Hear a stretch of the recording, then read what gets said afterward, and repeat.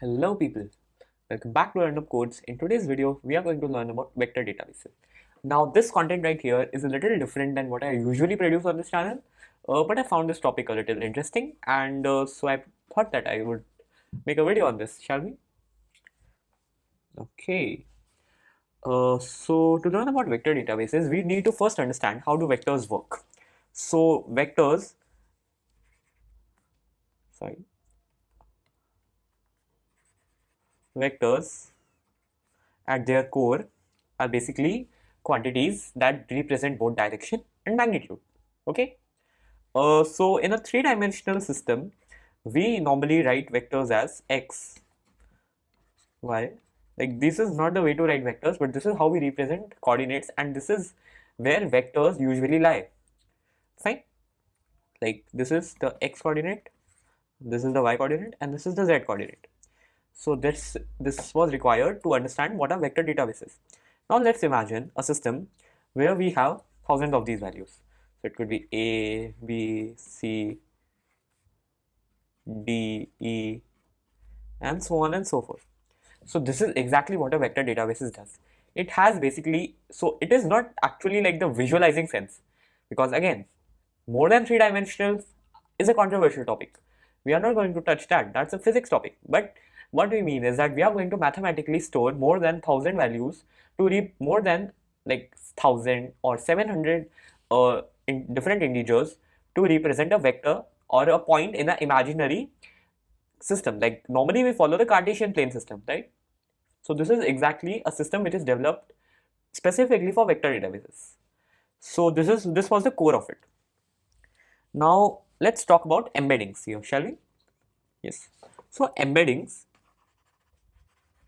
is the process of it's basically the process of converting words into vector quantities.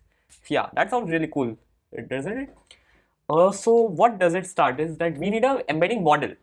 Now how is a model developed and like how is it worked? How does it work actually? That's pretty interesting to say the least. So let's assume that we have the words cat, the words dog, the words Mac, which refers to Mac in the computer sense, like a MacBook or a iMac, and a laptop. See? So in the starting of this, what we do is we give them random, like really random values. X. Let's assume that this value is 2, and this value is 3, and this value is 5, this value is 6, this value is 8. Now, these are random values, and this is the really like this could be the smallest dimension that I could have taken for the sake of easier understanding. A normal computer system uses around 1024 of these individual such values. Yeah, that's pretty interesting, isn't it? Yes. So this is basically the value of 2, 3, 5, and so on.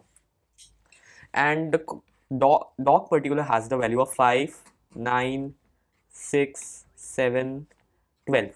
Again, random values, shall we? And Mac has a value of 10, 12, 15, 16, 18. How many values do we have? This is just a second. And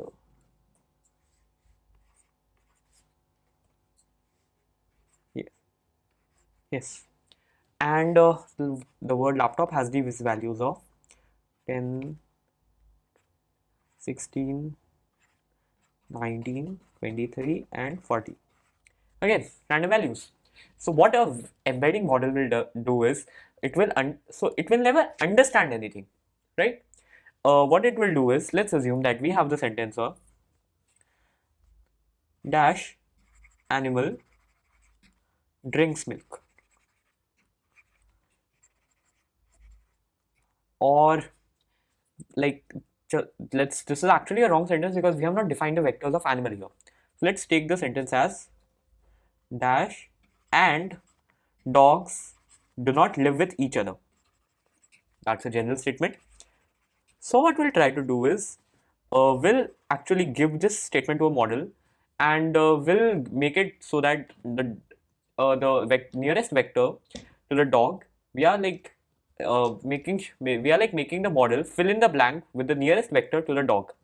Now that's done using some concept known as cosine similarities, which is basically just ratios of angles and the direction in which, and the closest, like the same direction and the angles of the ratio, and the, or sorry, or the ratios of the angle. So like in this result we are going to get a random value here, but we will be given the correct data. Like here the correct data will be cat. So what will the vector do is, what will the model do is, it will move the notations for cats and dogs together. Do this about 1 billion times, and you have got yourself a embedding model, a model which is able to give values to new words, like give vector values to new words. And how does a vector database work on this? So basically vector databases just store these values as like vectors, and they have also, like in some cases they also have identification for it. Okay, and now what we are going to do is, we are going to understand a simple visualization of this, like how vector databases are used to like approximate value, are used to like approximate nearest values, nearest correct answers basically. So this right here is basically a diagram that I have done in Python. Now again, this code is AI generated, but the concept I can explain you here. So what we are doing is, we are just taking a dimensional plane here, and what I would do is, these are 3 coordinates, fine, and these, yes, and A is like the common, A is the input sentence given here, and D are 2 different sentences. So for the sake of understanding, A in our case is dog, B in our case is cat, and C in our case is laptop, fine. And as you can see, because let's assume that the vectors, the array, like the coordinates which are given here, are basically embeddings which are generated by an embedding model. While this is not true, we can just understand that for the sake of understanding. Okay, so what we are doing is, we are just plotting these values, and then we are basically like finding the ratios of them, like the directions and the angles, and we are just finding the ratios of them. So as you can see that A versus B. So I think the common sentence here is A, and let's just, what's the value of A here? Let me see.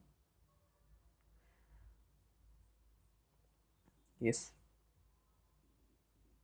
Yes, so the value of A here is V1. So what we are going to do is, we are just going to put that as V1, and I'm just going to put that as 0, 0.